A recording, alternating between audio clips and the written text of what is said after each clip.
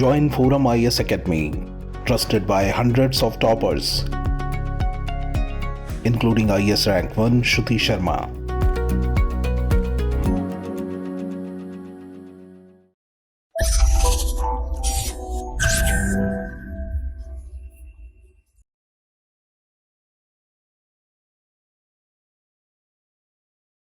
Hello friends, this is Vijay. Welcome to ForumIAS Hindu Daily.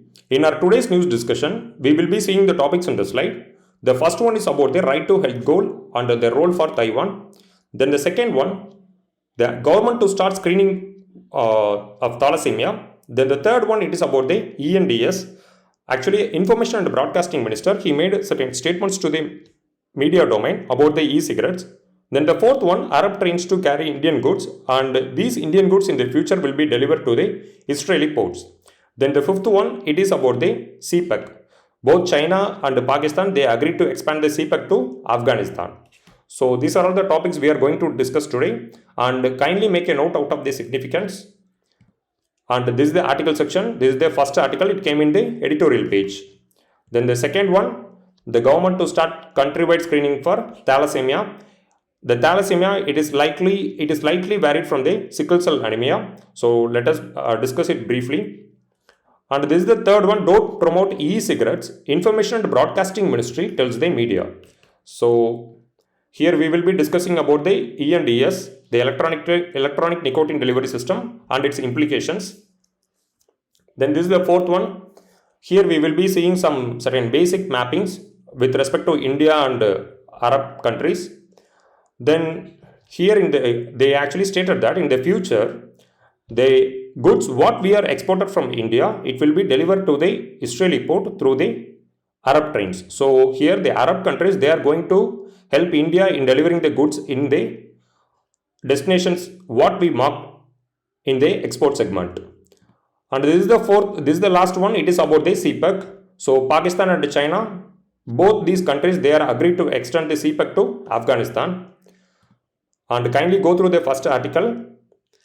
The background of the article is Taiwan is not admitted into the World Health Assembly since 2017.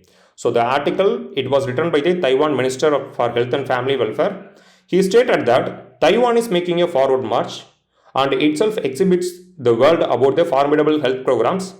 Then he asked the international organizations, why aren't we admitted to the World Health Assembly?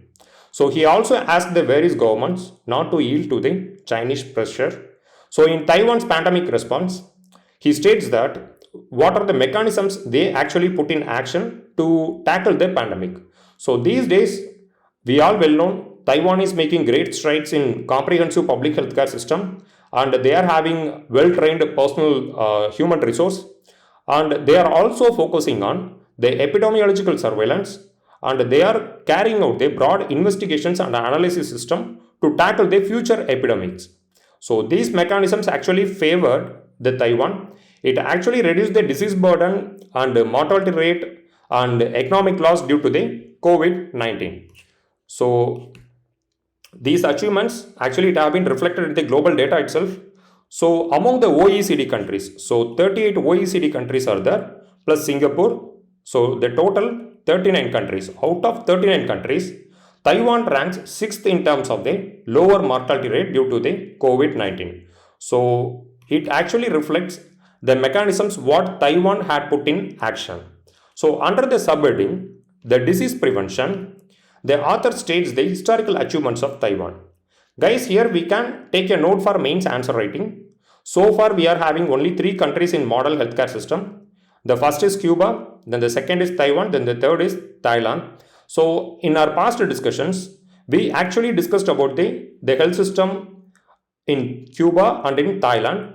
Here in today's discussion, we will be broadly discussing about the Taiwan alone. So with respect to Taiwan, they actually brought the universal healthcare system in the year 1995 itself. So what enabled Taiwan to do it? That should be some factor, right? So that is per capita income. So India's per capita income is $2,000, approximately $2,000, whereas China is having $6,000. $12,000, around six times of India, so $12,000. Okay, but Taiwan, they are having $50,000. So $50,000 is the per capita income. Even though their country is very small, their per capita income is very high. So it actually helped the Taiwanese government to take certain proactive measures to ensure the health and wellness of the citizens. So throughout this, actually it provided some impeccable services in prenatal checks to the treatments related to the deadly cancer disease. They actually reduced the 25% in the prevalence of cancer, and in particularly, we are well known how much adults we are losing through the cervical cancer in India, right? So that's what among the adults in Taiwan between the age of 25 to 27, they actually conducting the pap smear test. So pap smear test is the test actually the Taiwan government is conducting among the women who aged between 25 to 27. So HPV vaccines are also vaccinated to people in a large scale. So these initiatives, they are actually in line with the WHO's cervical cancer elimination program. So these are the few basic achievements the health minister have been discussing in this section. Today, they are actually potentially capitalizing their digital technologies also to roll out their plans and roadmaps for achieving both the WHO's targets and the Taiwan government targets. So in the last, actually he mentions about the NRI CM 101. Okay, so NRI CM 101. What it means? NRI CM 101, it is the Chinese medicine. It exhibits some antiviral effects, and this NRI-CM vaccine medicine, it actually reducing the spike proteins binding affinity in the COVID-19, and they are also retarding the viral growth. So in the COVID time, NRI-CM 101 was used by the Taiwanese government, and they also provided some export license to the neighboring countries for their well-being. So Taiwan, they had achieved desired goals compared to any other nations, and they are also doing greater excellence in the SDG goals. Therefore, the Taiwan should be admitted. This is what the writer have been insisting us. So we all well known, India in certain SDG goals we are lacking, and in certain SDG goals we are making a greater progress. But with respect to Taiwan, they are progressing in almost all the SDG goals. So these are the few basic things we should know how the Taiwan is performing with respect to the SDG. So in essay writing and in mains GS1 health part, we can quote these valid points to score more than our peers. Now let us discuss about the World Health Assembly. So this World Health Assembly, it is the WHO's decision making body, and it actually held the early convention in the headquarters of WHO, which is located in the Geneva of Switzerland. So here actually the specific health agenda and all will be prepared by the executive board. So they actually will be giving some inputs to the WHA, which is the decision making body, and this decision making body, they will give approval for their plans. So what are the functions they are doing? They are deciding on the organization's policies. What are the future plans they can carry out? These stuffs and all will be carried by, these stuffs and all will be approved by the World Health Assembly. Then the second one, WHA, they are playing an active role in the selection of DG of WHO. So the third one, they are actually WHO, they are getting the donations from multiple governments and voluntary agencies. So these WHA, this World Health Assembly, they are having separate administrative mechanism for overseeing the financial policies. And with respect to all the plans of the WHO, this Health Assembly, World Health Assembly, they are the one who is giving approval for the future programs, and they are also the one who is making allocation for the program budget. Example, you can take UN-AIDS. Okay, UN-AIDS is one of the program where WHA have been playing a decisive role. So that's it, guys. With this note, let us dive on to the next article. Government to start countrywide screening of thalassemia. So Let us come to this picture once again. So Niti Aayog chief Vinod K. Paul, he stated that government is going to kickstart the screening for thalassemia. Okay. So what is thalassemia? Thalassemia is a genetic blood disorder commonly characterized by the abnormal production of the hemoglobin in the body. So what are the effects? The iron content will be overloaded in the blood, which means the excess hemoglobin will be there, and it will lead to the cardiovascular disease, and it will also lead to the bone deformities. So this thalassemia, I already told you, it is a genetic disorder. So if both the mother and the father, if both are having the genes responsible for thalassemia means, then their adult will be having the thalassemia disease. But if one of the parent, if they are having thalassemia gene means, then the offspring will be a carrier of the gene.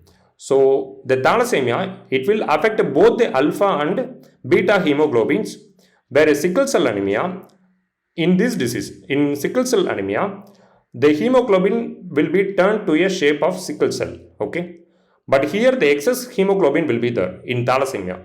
So sickle cell anemia, it will only affect the beta variants of hemoglobin, but the thalassemia, it will affect both the alpha and the beta hemoglobins. Now let us discuss about the India's positions in the thalassemia. So India, it is the thalassemia's capital. Apart from diabetes, we are also the thalassemia capital of the world, and we are having 40 million carriers, which means some 4 crore people are carriers, and over 1000 patients, they are actually dying before they are turning the age 20. Right now India is having the patients load above 1 lakh, and we don't have any prevention and control program. That is the cause of concern. Now let us discuss about what are the steps taken in the international arena. And here the Pakistan, they don't have any economic resource these days, but they are having a mandatory act which mandates that each and every citizen, they should go the carrier testing. So if the patient is tested with the thalassemia carrier means, he will be keeping the Pakistan will be keeping those patients will be in the specific monetary sections. So through these principles, actually they are reducing the thalassemia load in the Pakistan. And Arab countries like Dubai, Abu Dhabi and Saudi Arabia, they are also taking some proactive measures to eliminate the thalassemia as like Pakistan. But in India, we don't have any act which mandates the carrier testing for thalassemia. And the way forward, what are the way forward we can do? We can do bone marrow transplant. That too, we can carry the bone marrow transplant only if the child is aged below 10 means we can carry out the bone marrow transplant. With the bone marrow transplant, the patient, they can receive the bone marrow transplant either from the sibling or from the unknown person. But if they are receiving the bone marrow from the sibling or their blood relation means, then the survival rate is between the 80 to 90%. Okay. But if they are receiving the bone marrow from the unknown person means, then the survival rate will be between 60 to 70%. So this bone marrow transplant, it is also the cost wise it is exceptionally high. Then we can do blood transfusions. So if the patient, he is not afforded to carry out the bone marrow transplant means, he can undergo blood transfusions, but there is no permanent solution for the thalassemia. Here in the image, it had been given that he is not a thalassemia carrier, okay, but the mom is a thalassemia carrier, and in the course of time, their offsprings will be having the carrier gene of thalassemia. And here, both the parents are having a thalassemia, they are actually a carrier, and these three offsprings, they will be a patient for the thalassemia disease. Here it is given that what are the symptoms? The bone deformities in the face, the fatigue, then the growth failure, then the shortness of breath, then the yellow skin, then the swollen spleen. So these are the few symptoms which are there for the thalassemia. Then in the treatment protocol, we have seen about the blood transfusions. Apart from the blood transfusions and bone marrow transplants, the patient can take a folate supplement and chelation therapy. Chelation means removal of iron. So chelation therapy means in this therapy, the excess iron load will be removed from the blood. The expectations, most of the patients, they will be dying between the age of 20 to 30, And if the patient is carrying out the blood transfusion means they will be requiring multiple injections of blood. Okay. Then complications, if the disease is left untreated means then the heart failure, liver problems and all will be happen. So these are the few basic things you should know about the thalassemia. Now with this note, let us dive on to the next article. Don't promote e-cigarettes, Information and Broadcasting Ministry, he tells the media. So Information and Broadcasting Minister, he said that the promotion of ENDS, Electronic Nicotine Delivery System, will amount to the violation of Section 4 of the Prohibition of Electronic Cigarettes Act 2019. So here we should know what is e-cigarettes. E-cigarettes, they are actually battery powered devices that work by heating a liquid into an aerosol. Okay, the liquid will be turning to an aerosol that the user inhales and exhales.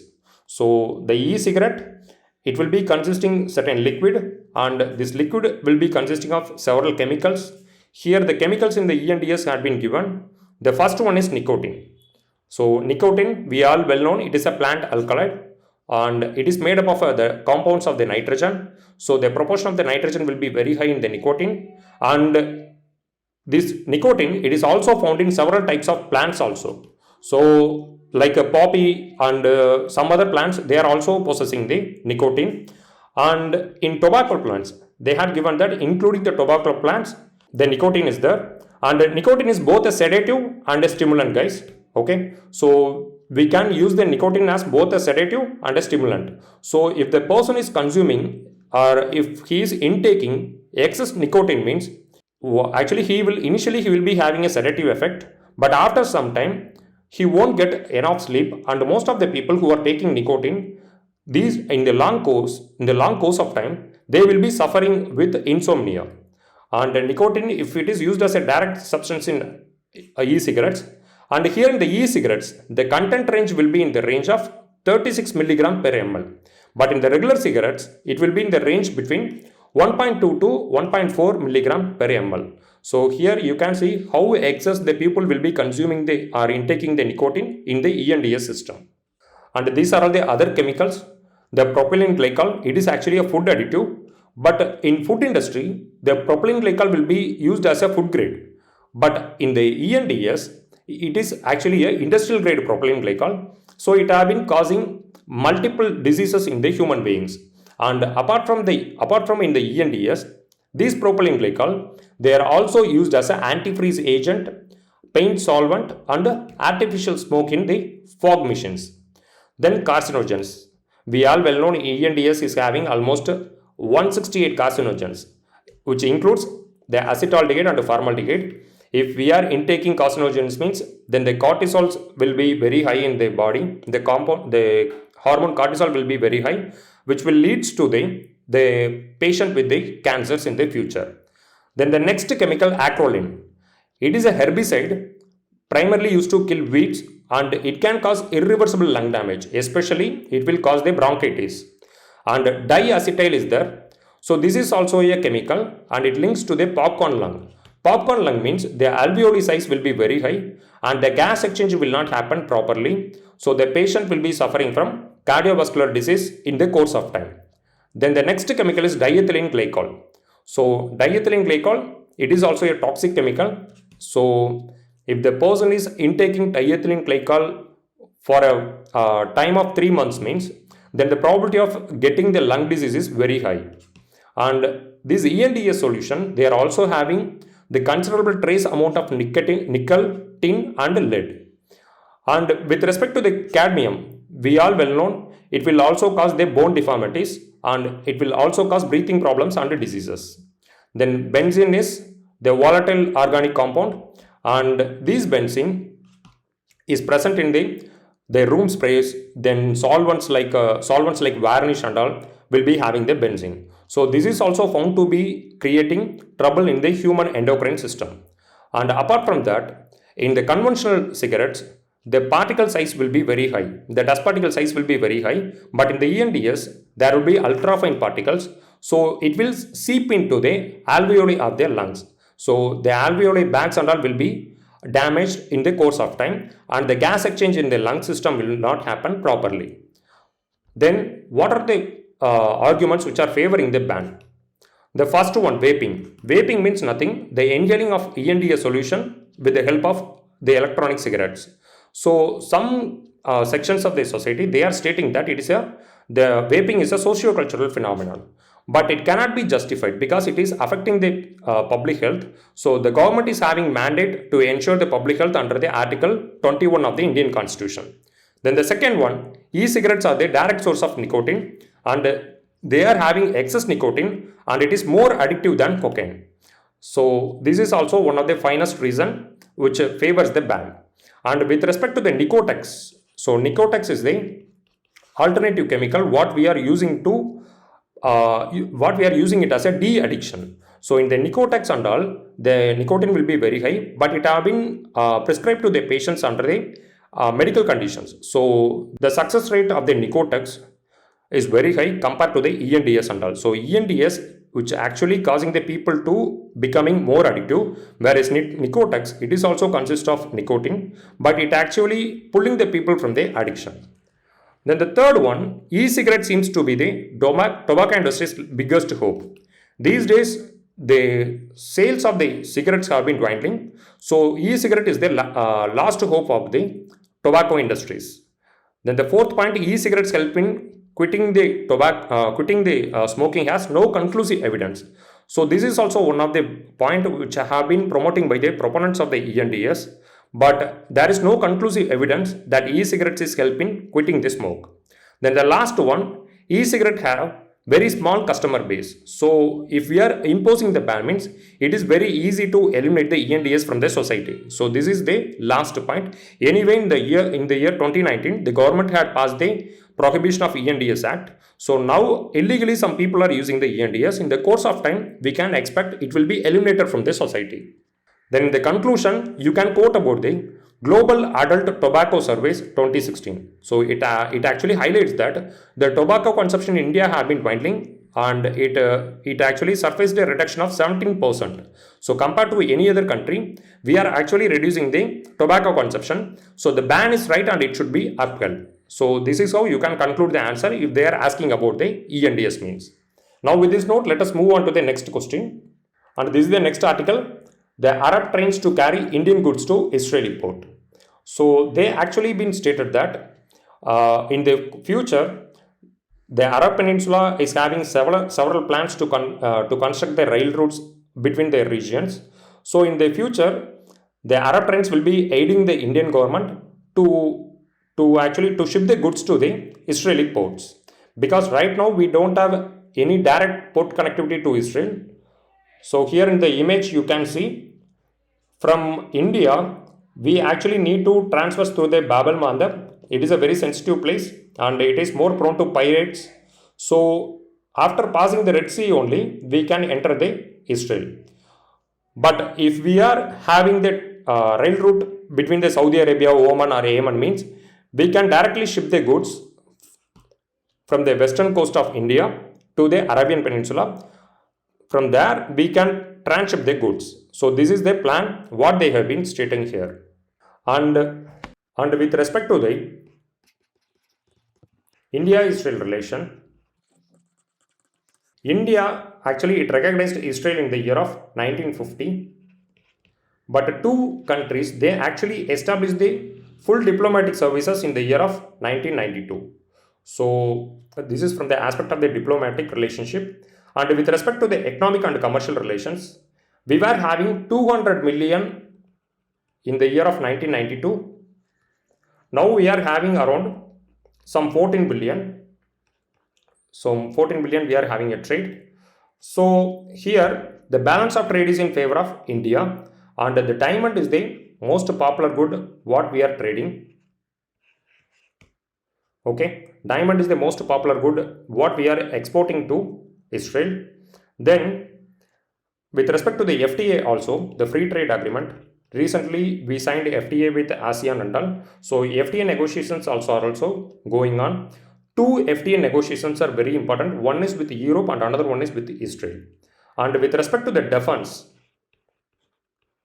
both countries they actually working on the development of Barak missile, then AVAC system, we actually procured AVAC system from Israel. And in the future, Indian government is having a plan to procure the dome, iron dome. Okay. And with respect to the science and technology, we are having India-Israel Industrial R&D and Technological Fund. So they actually promoting the innovation in both the countries. And with respect to the agriculture, we actually imbibed the lot of novel technologies from Israel, like drip irrigation, sprinkler irrigation and all. So these stuffs and all we actually imbibed from Israel. Then with respect to energy, the Israel, they are actually contributing to the India's plan in the International Solar Alliance. So these are the few basic things you should know between the India-Israel relations. Now with this note, let us move on to the next article. The Pakistan and China, they agree to extend CPEC to Afghanistan. So CPEC, you all well known, it is a 300-kilometer long route of infrastructure projects connecting the Xinjiang province in China. So the CPEC it actually runs between the Kashgar and the Gwadar. Initially, the route was laid like this, but the major proportion of the route lies in the Balochistan province. It is one of the largest province in Pakistan. So where the Chinese construction, it faced enormous challenges from the insurgent groups who are operating in the Balochistan province. That's what they actually changed the route here. So now they only some 15% of the route alone is in Gwadar. So it is a bilateral project between China and Pakistan, and it have been transversing through the POK. So this is where the India's concern have been surfacing.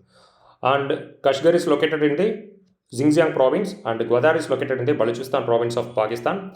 And as I already told you, only 15% of the routes have been transversing through the Balochistan province. And these days, actually, they are having a plan to expand it to the Afghanistan also. So the China is going to expand the CPEC corridor to Afghanistan. So with the establishment of the CPEC corridor, these days the Chinese exports and all have been becoming very competitive because they no need to transfer through the Indian Ocean and the South China Sea. So directly they can transfer the good to the Gwadar. From Gwadar they can do the exports to the Arab Peninsula and the European countries. And what are the implications CPEC is having? India has continuously opposed the project since it passes through the POK, which is the territory of the Gilgit-Baltistan. So almost 73,000 square kilometer is in the POK, which is India's claim. So with the construction of the CPEC corridor through the POK, actually the China is attesting the sovereignty of Pakistan in the POK. Okay.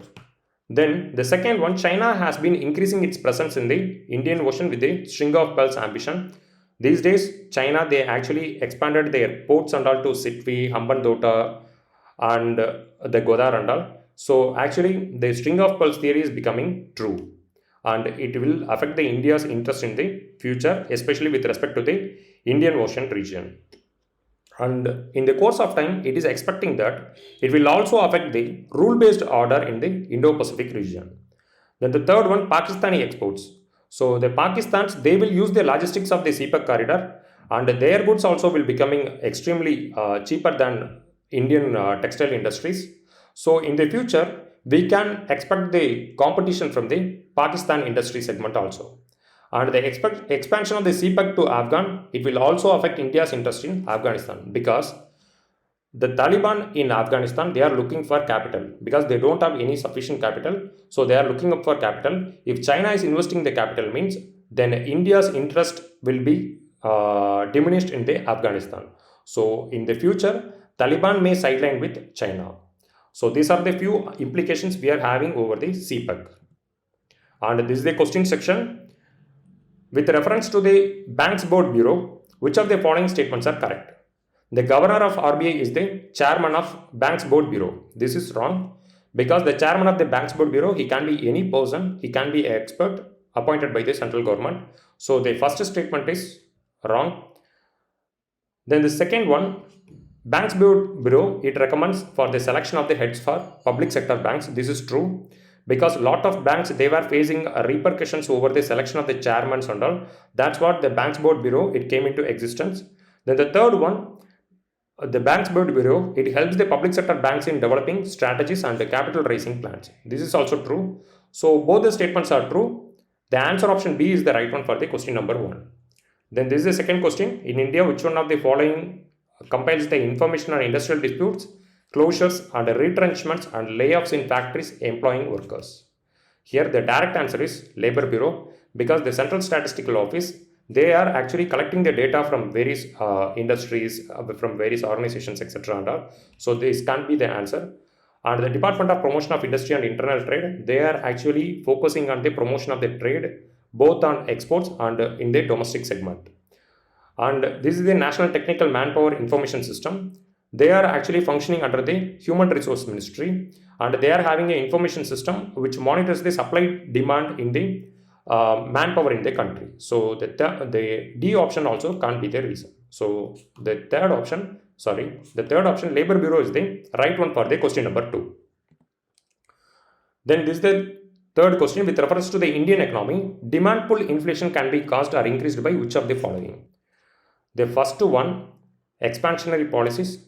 Yes, it can be true, because expansionary policies, it will actually infuse the capital into the country. So it can be true. So it will escalate the demand pull inflation. Then the second one, fiscal stimulus. If the government is coming up with fiscal stimulus, means it will spend excess amount in the economy. So the amount will be very high. So there will be a demand escalation also, but the production will be in the same trend. The production trend will be in the same trend. So the demand will be very high. It will pull the inflation. So that is also the demand pull inflation. Inflation indexing wages, it doesn't do anything with the demand pull inflation.